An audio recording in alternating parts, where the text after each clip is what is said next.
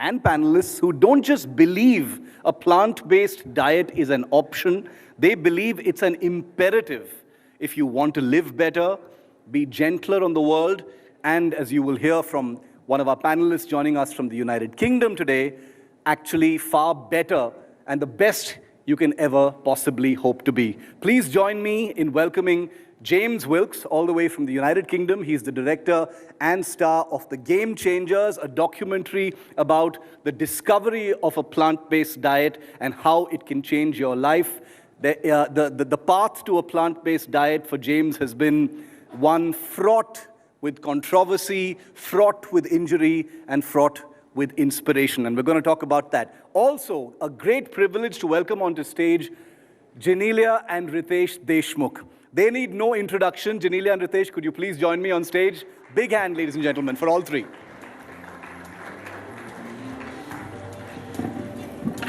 I'm sure most of us here already know why Genelia and Ritesh stars, are part of a protein, plant-based diet session, but you'll know in just a couple of minutes why.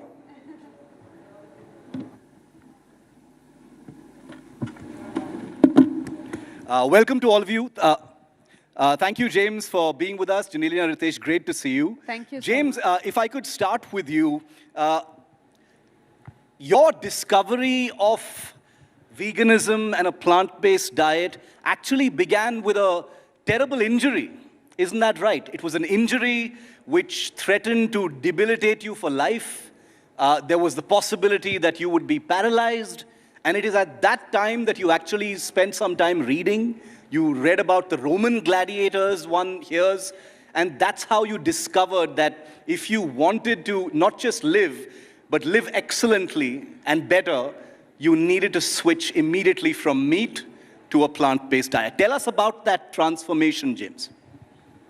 Yeah, that's correct. So for people that don't know, I'm a combatives instructor, so I train the Navy SEALs and Marines in hand-to-hand combat. And I was also a fighter in the Ultimate Fighting Championship, which is a mixed martial arts organization, the premier organization in the world. And I got injured, and I thought, well, what can I do with my time that's productive? I need to heal.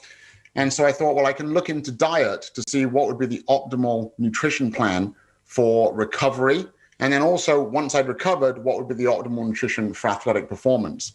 So I started digging, and that's when I came across a study about the Roman gladiators. They analyzed the bones, 5,000 bones of gladiators, and they did a strontium-calcium analysis and a radioisotope analysis, and they can tell that they were eating almost exclusively plants. And I thought, well, that can't be true, because to be athletic, to be strong, you need meat for muscles. And to grow strong bones, you need milk and dairy.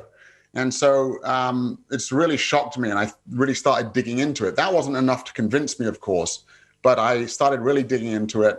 And the more and more I dug into the science, I realized that not only is meat and dairy unnecessary, but it's actually detrimental to both health and athletic performance.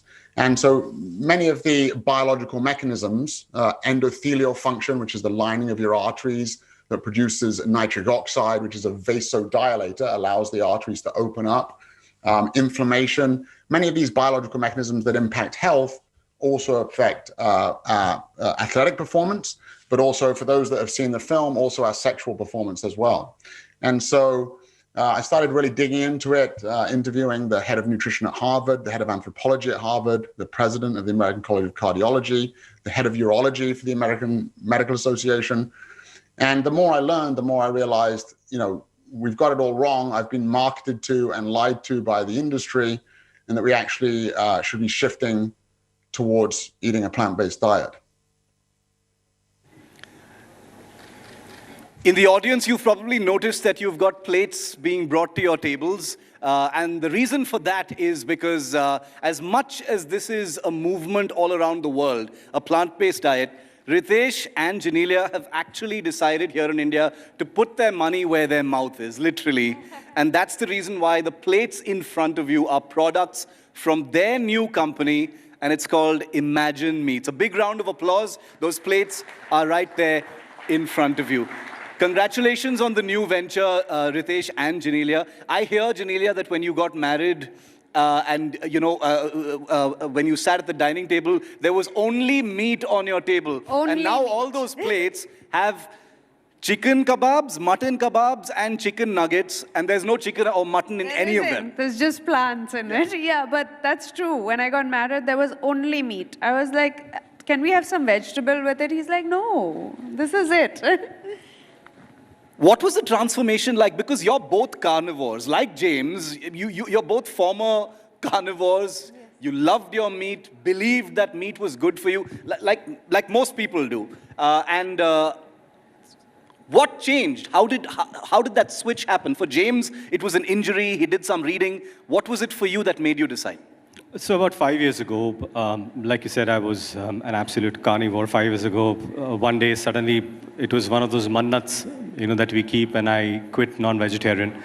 But a year after that, I started craving for my non-vegetarian, and I wanted my mutton, I wanted to my chicken, but of course I wanted to stick by what I had thought strongly about. But my craving did not go.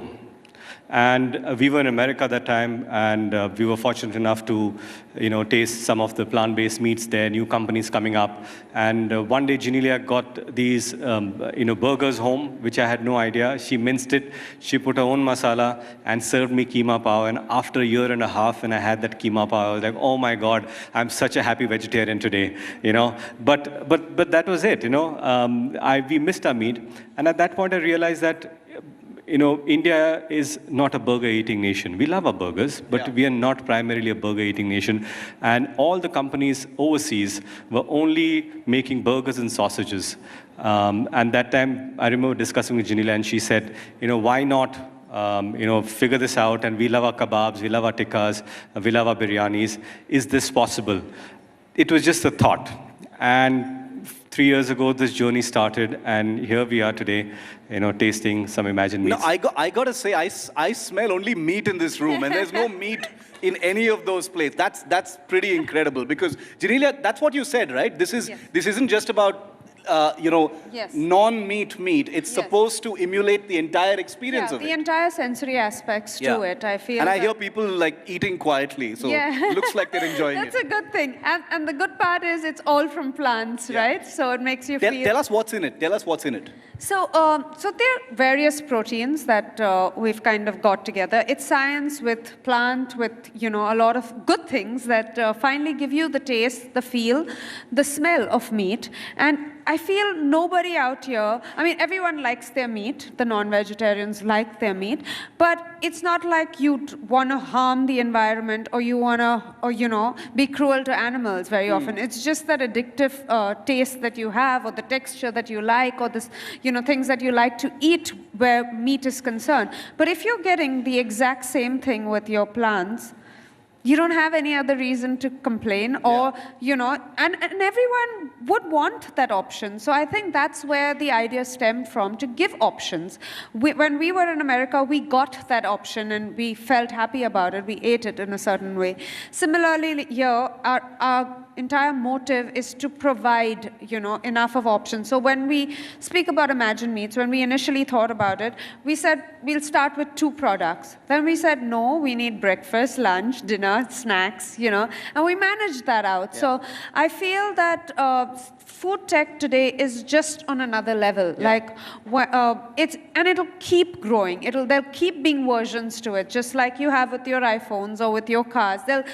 It's just an emerging market, and it's exciting, and we're in a phase where we can literally change our planet one bite at a time. Okay, one bite at a time, and those bites are still happening. James, I read a little bit when I was researching for this session about your diet and the things you do on a daily basis. You were an ultimate warrior, mixed martial arts guy. It doesn't get more physical than that. You trained, elite special forces warriors. So the public perception around the world is you've got to get your proteins, you've got to get your meat, and meat has to be a part of becoming that sort of fighting warrior. What kind of pushback did you get, and do you get from, the meat-eating community, the athletic community that still believes in meat, for fitness and high competitive performance?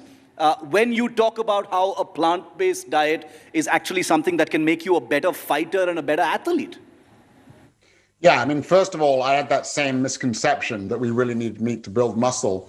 And then something really clicked when I realized that animals are just the middlemen and they're basically doing us a disservice, right? So protein originates in plants and the animals just consume that protein and then they're doing you a disservice because they're adding in saturated fat, they're absorbing a lot of the phytonutrients and things that are really beneficial, the fiber and so forth.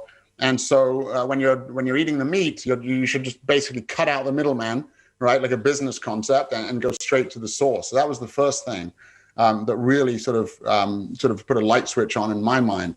But we did get quite a bit of pushback from people that are either funded by the meat industry or just really passionate about their meat. But I'm surprised at the real shift that it's had. We had a consulting analyst run numbers only just a few weeks ago that showed that 75% of the increased interest in plant-based eating since 2004 is a direct result of the Game Changers documentary. And so people from all walks of life, from grandmothers to firefighters to special forces, really I'm seeing a lot of people adopting this diet. And we to show the sort of film's success and how people were really interested in plant-based diets, we had over 1.5 billion media impressions, 40,000 organic articles written about the film.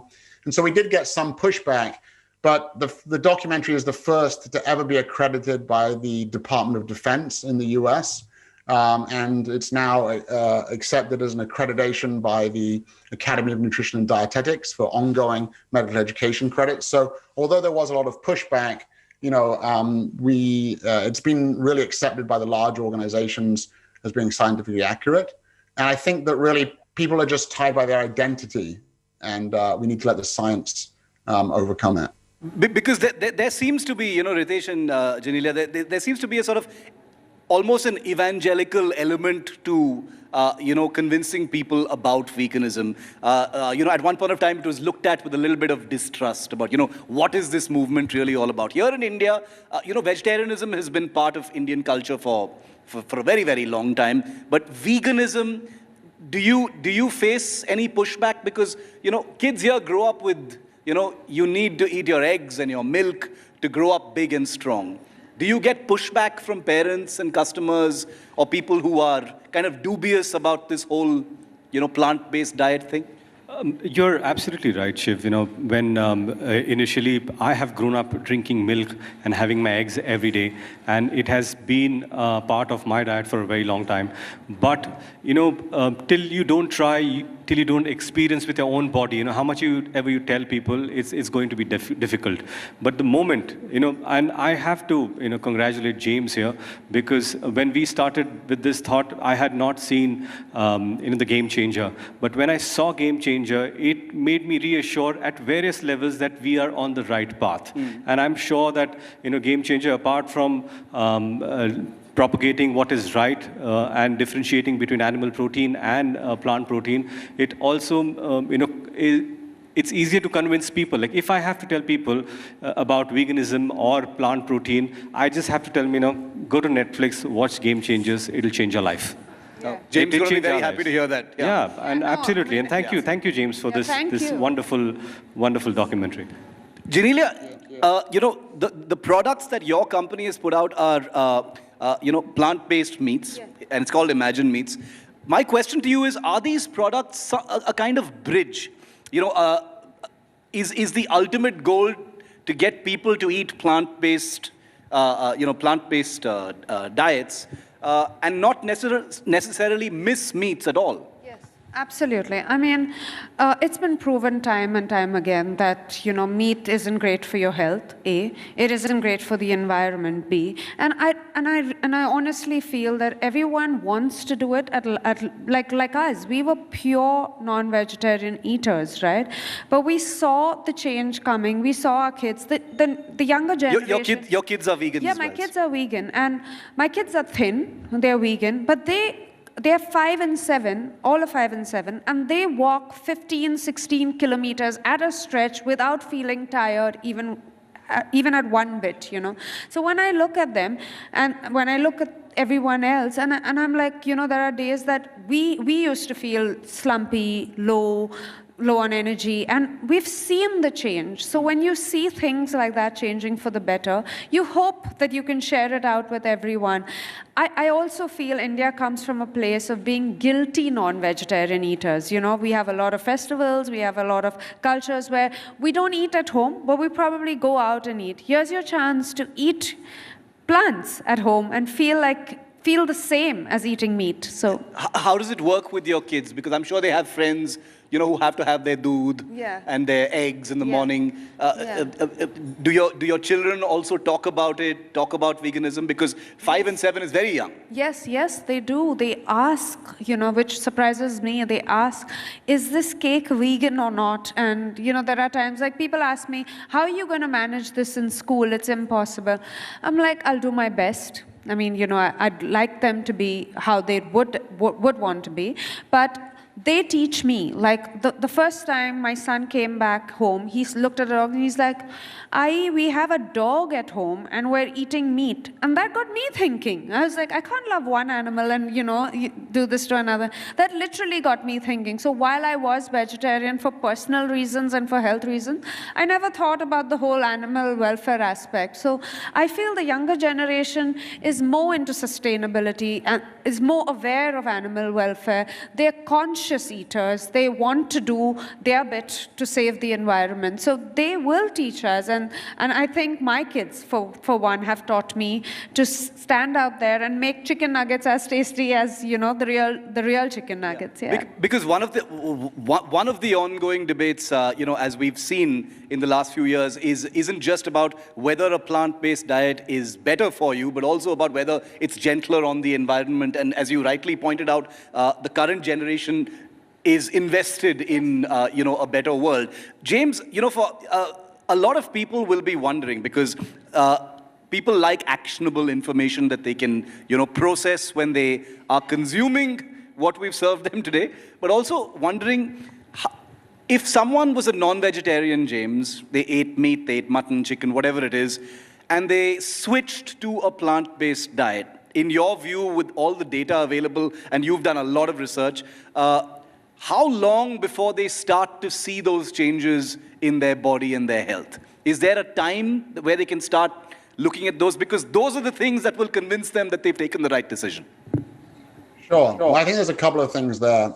So first off, while, you know, I think a lot of people are willing to go all the way vegetarian, we like to say that it's all or something, not all or nothing, because I think if people think they have to take that step overnight, you know, that's a big step for people. And the science really does show that if you shift towards eating more plant foods, there's incremental benefits along the way. So people should keep that in mind. It's not all or nothing. It's all or something. And you could be flexitarian and be eating, you know, imagine meats sometimes, and sometimes be eating some meat and dairy. But if you switch over, it really depends on where you started, right? So if you're more sick and you have diabetes and you're overweight, I think you're going to notice the changes more than if you're young and healthy, relatively healthy. So it is going to make a difference. For me, when I switched, within 6 weeks, my strength went up considerably. My endurance went up. You know, we do the battling ropes where you're swinging the ropes, big shipping rope, 50-foot shipping rope. You know, I couldn't even do 10 minutes.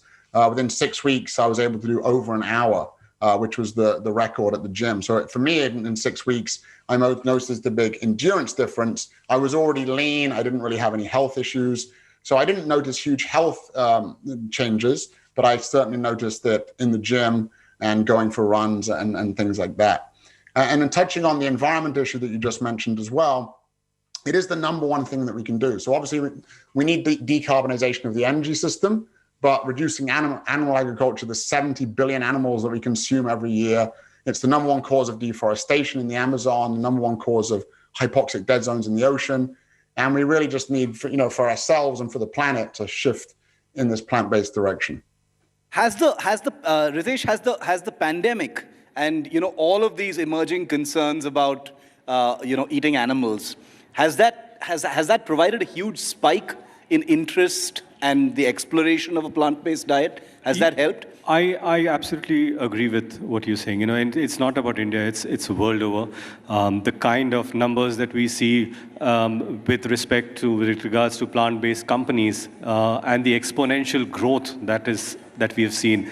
And the growth is in 20%, 25%, up to 30%. Some companies have gone up to 100% growth.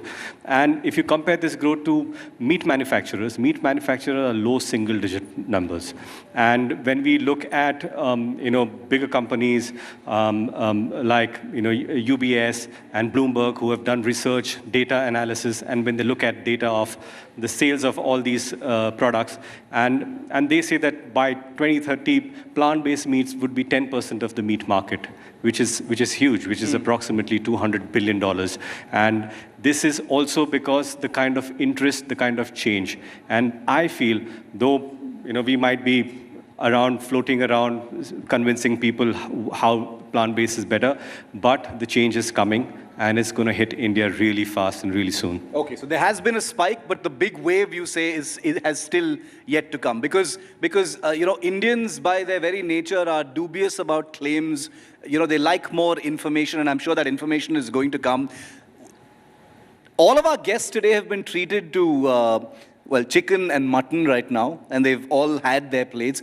What about fish? I have to ask, and this is personal for me, because it's the only thing I miss if it's not there, and that's fish. So, and I'm sure a lot of people think so as well. Maybe the next time you guys come, will there be like a fish, non-fish product? For you especially, and for everyone here, we will have some great fish. Yes. Promise next time we'll be here. Yes, it's work in progress, and we'll see it soon, Genelia, I wanted to ask you about claims. When it comes to claims about health, people instantly get their guard up a little bit, because nothing is more important to people than their families and their health. And when claims are made like this is going to make your life better, you're going to feel better, you're going to run faster, you're going to be able to lift heavier weights, people always will be a little skeptical.